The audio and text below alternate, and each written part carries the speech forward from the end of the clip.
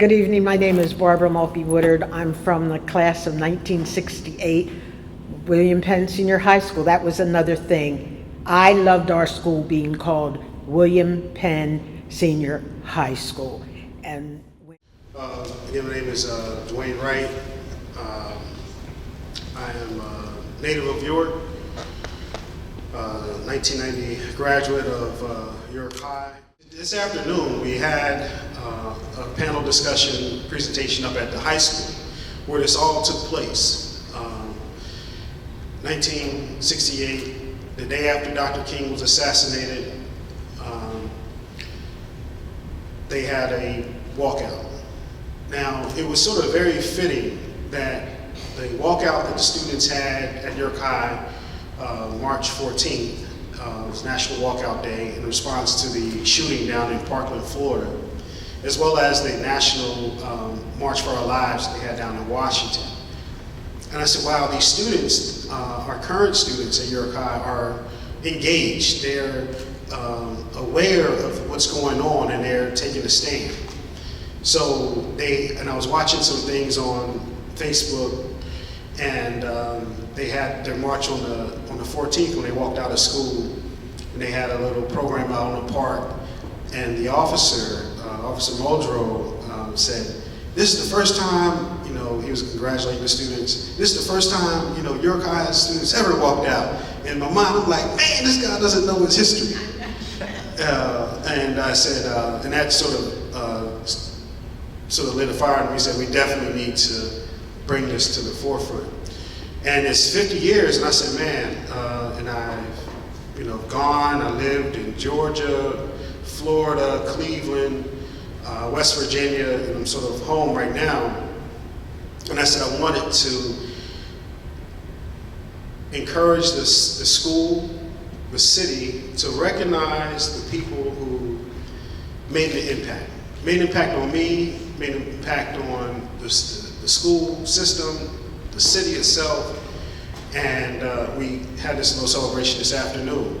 And I talked to Brother Drayton about doing the program here for several reasons. To open up to the community, but I was telling him that many of the participants were CA kids, grew up in the CA, and the CA had an impact on their lives, taught them things, not only about themselves, about being proud of who they are, because they had some strong individuals that were leaders at the CA that influenced these folks. So I said it's sort of fitting that we sort of bring it back to the CA, where a number of these individuals sort of cut their teeth in their growing up.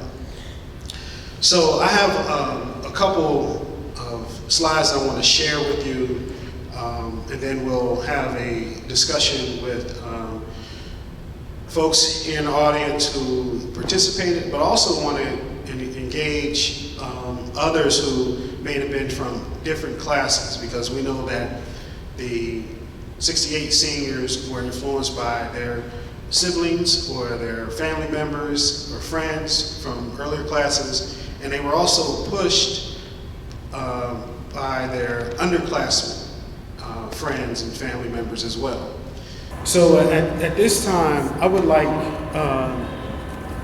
those participants to sort of come up to the table and share some insight about what they attempted to do, what they did, and where can we sort of go from here.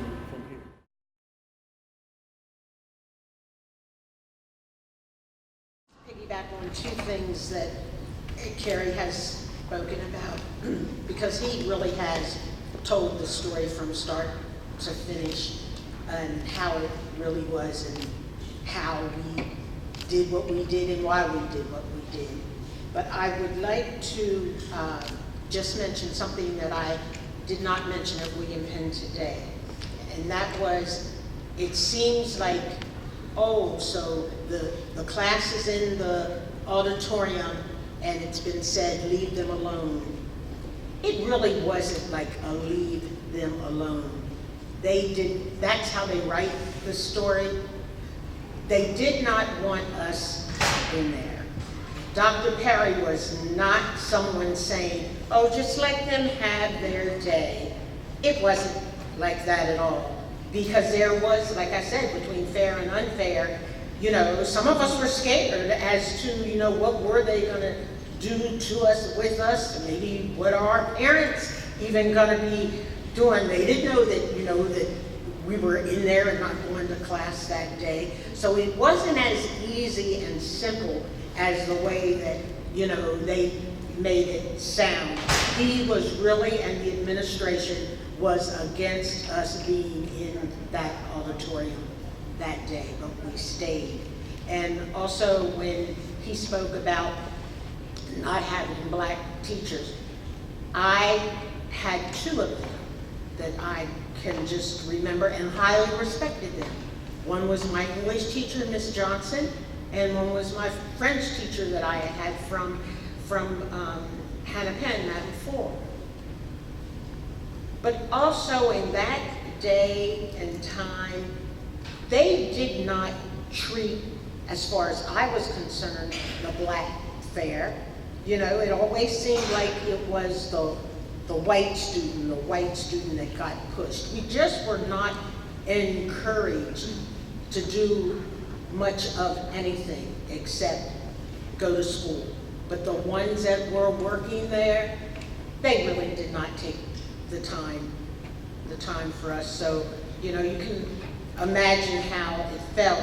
And so by the time she had it good, she's gonna speak, because yes, we kind of laid that foundation in the class of 68, but then we had to move on because this was April. So by the following year, things started coming into place for more than one being in this club, more than one being as a candidate for homecoming, more than one. And that's good, because that's what we were supposed to do. Somebody has to start this, and young people, definitely can lead.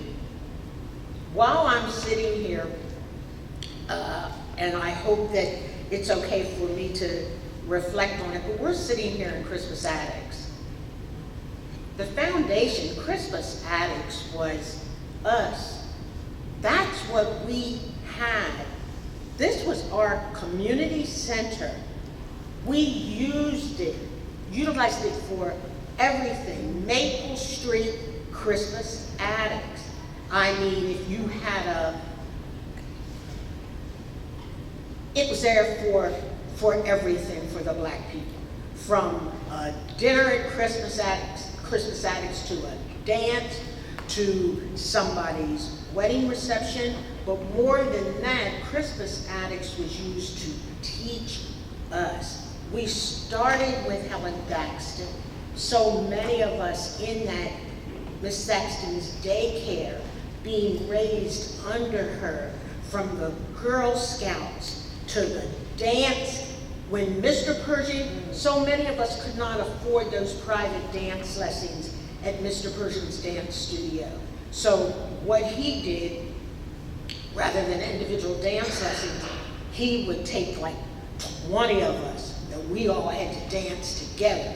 But that was okay, because by spring, we had that dance down, and Crispus Attucks Auditorium was packed. That was our summer camp, Crispus Attucks. So I'm honored to know that we, Crispus Attucks is here. It's still part of our lives. I'd like to see us even more and more involved, because it seems like we're not, getting out of Crispus Attucks for what the center was actually built and made for so many years ago. You remember, like I said, the people like Wade Bowers and Marjorie Dean and Dolores Bourne and Mr. Kittrell. I mean, all leaders here at Christmas Addicts, and they just taught us as little children. They demanded respect. They taught us respect. And, you know, you could not absolutely ask for more than that. So I'm really glad to be here. Yes. I just wanted to add that Barb, you are so right, man. Before we even thought about taking over the high school, Christmas Addicts had a major influence. I know you guys remember this, man, with Geraldine, Panchita. Man, those guys had the youth piece up there, man, and they just took us under the wing. Not only did they teach us politics, but they were taking us, man, on college tours and stuff like that at a very early age. And see, they sort of set the foundation for us in the class of '68. Make no mistake about it, we absolutely stand on the shoulders of people like Geraldine Wright and Panchita and that whole crew, Mr. Manson, who took it upon themselves to try to educate us politically what was going on during the times, during the era of the late '60s.